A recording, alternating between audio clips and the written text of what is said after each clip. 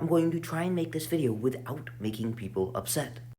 Today we'll be talking about the potential impacts of eating red meat. To start off with a caveat, I eat red meat every single day. And the reason I eat it is because it is a very excellent source of zinc, iron, selenium, B vitamins, protein, and many other vitamins and minerals that not every food will contribute to the diet.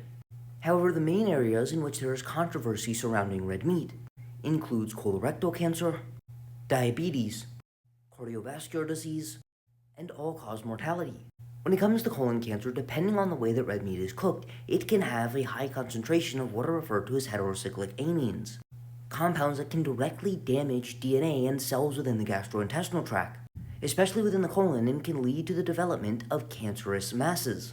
Additionally, red meat contains a high concentration of heme iron, which is also associated with an increased risk of colorectal cancer due to its ability to induce the same genotoxic and cytotoxic effects as heterocyclic amines. With that being said, the formation of heterocyclic amines is affected in large part by cooking. The longer and higher temperatures we cook it, the more of these we will form. And things in which your meat is not in direct contact with flames, or a pot such as a stew, is one strategy to reduce the risk of heterocyclic amines, as well as simply just not charring the food that you are consuming. We also see that adding spices before and after cooking can reduce the formation of these potentially detrimental products being produced during cooking and during digestion, therefore trying to consume your meat alongside fruits, vegetables, and especially herbs and spices. And we have evidence that the consumption of vegetables, olive oil, and calcium can reduce the carcinogenic effects of heme iron. When it comes to diabetes and cardiovascular disease, it appears to be due to the high amounts of saturated fat found within red meat, which can impair insulin sensitivity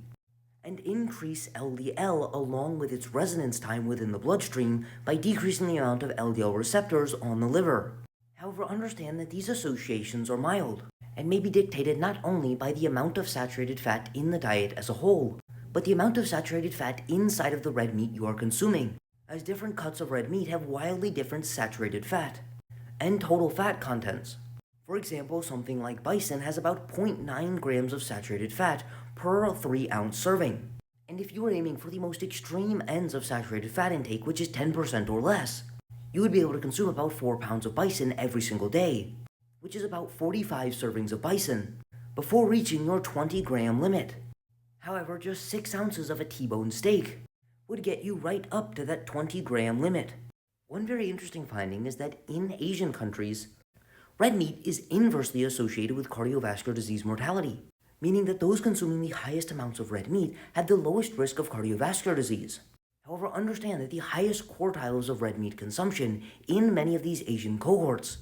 is between 50 and 90 grams per day. And in the US, quartiles of red meat consumption are based on 100-gram increments, meaning a low quartile of red meat consumption in the US may be comparable or even higher than the highest red meat consumption in certain subsets in Asia, meaning there is more than likely a U-shaped curve between red meat consumption and risk of cardiovascular disease, as well as risk of essentially all other conditions, as a small amount might be beneficial due to its high protein and micronutrient content, but excessively high amounts may or may not, we don't know definitively yet,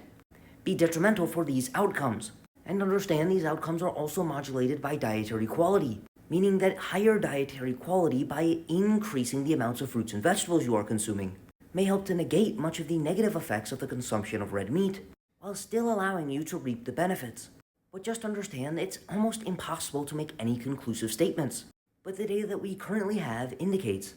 that opting for lower saturated fat cuts of red meat, having a high concentration of fruits, vegetables, herbs, and spices in the diet, and not only eating red meat as your only source of food, as well as having other healthy lifestyle behaviors, modulate the effects of red meat on health outcomes.